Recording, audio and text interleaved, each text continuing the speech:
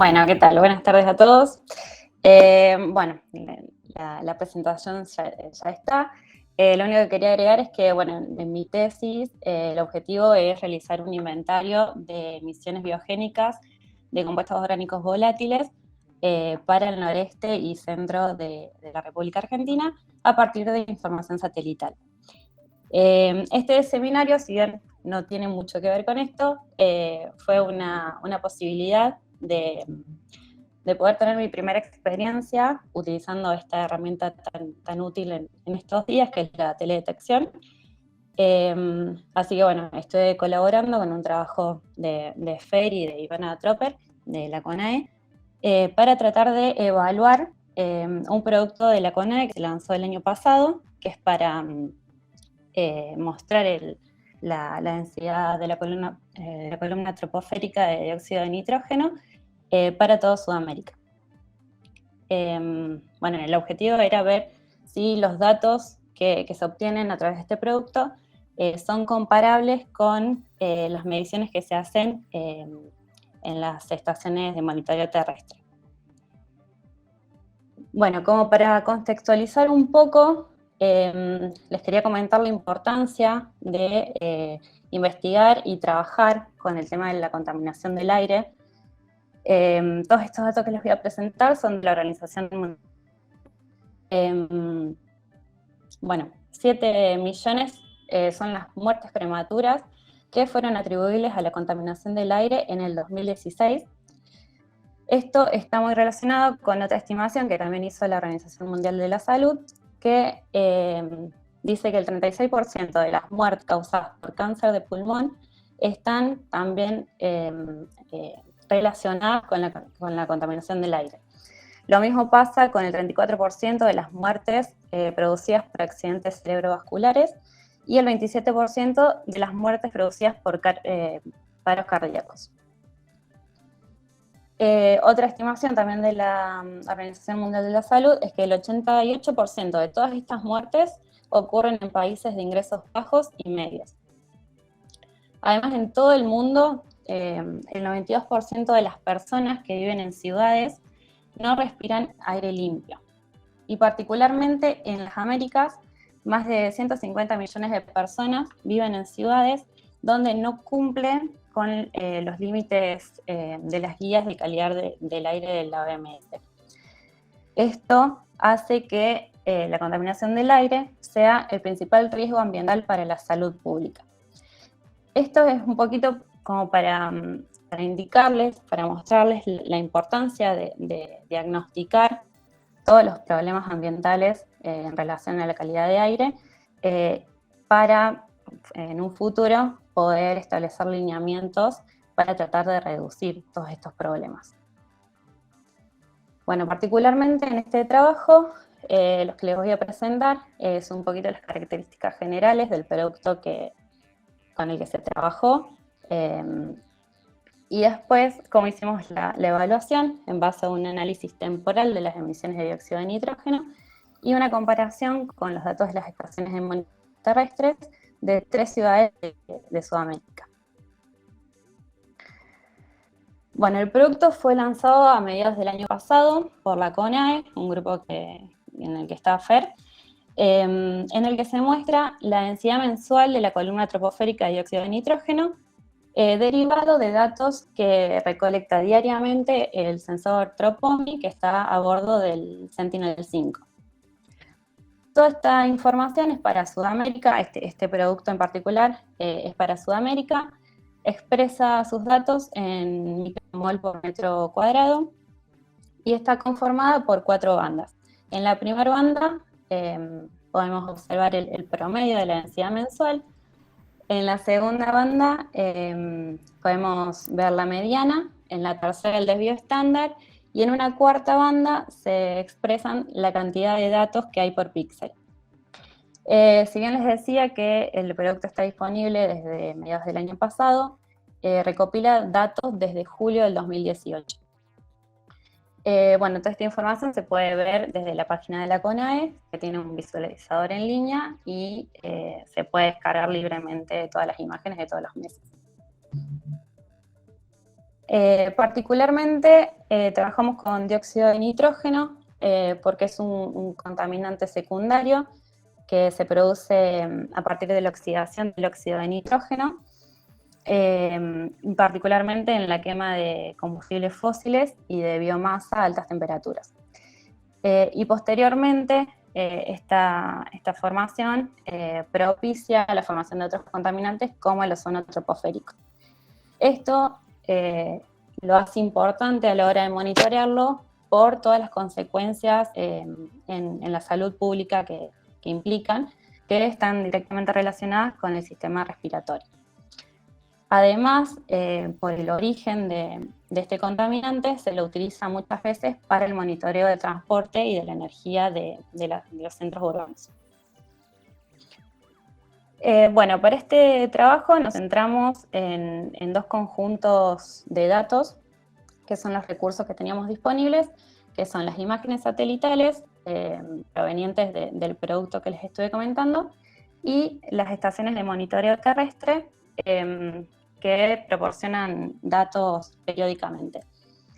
La idea es comparar estos dos conjuntos de datos teniendo en cuenta que son parámetros diferentes, que no son comparables en cierta medida, pero sí esperamos que tengan un comportamiento similar a lo largo del tiempo.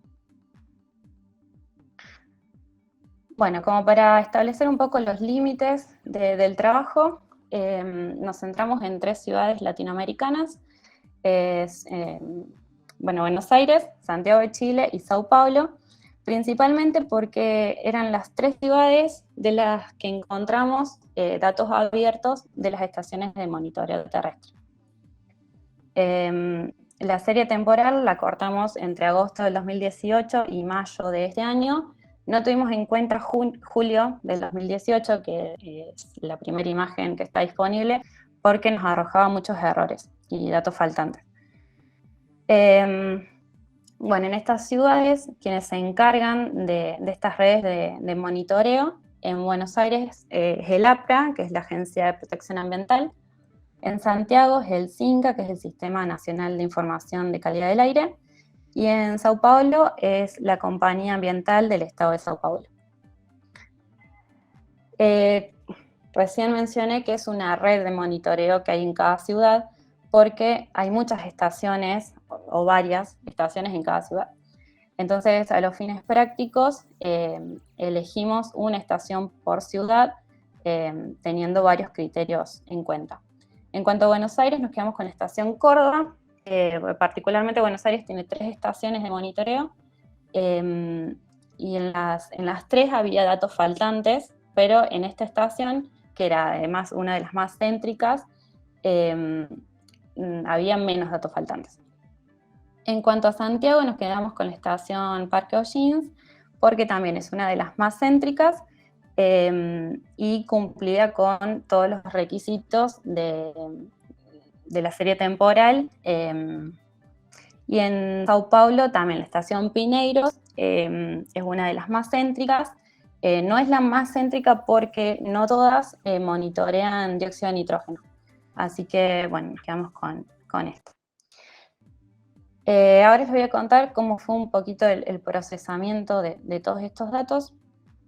En cuanto a los datos satelitales, se usó QGIS. Lo primero que hicimos fue descargar todas las imágenes para todos los meses que íbamos a analizar. Les quería contar que la página de CONAE permite trabajar desde otros accesos. Por ejemplo, desde QGIS se puede acceder de los servicios web, pero hay ciertas limitaciones. Tenemos acceso de esta forma solamente a las últimas 12 imágenes cargadas, y bueno, como nuestra serie temporal era más extensa, tuvimos que descargar todas las imágenes. Bueno, esta sería la imagen cruda ya cargada en QGIS. Después lo que hicimos fue recortar esta imagen con shapes de las ciudades que seleccionamos. Acá tenemos el ejemplo de Sao Paulo.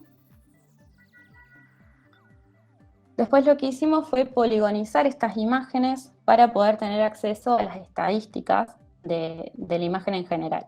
Entonces lo que se hizo fue calcular la media de la densidad de la columna troposférica de toda la imagen recortada para cada ciudad.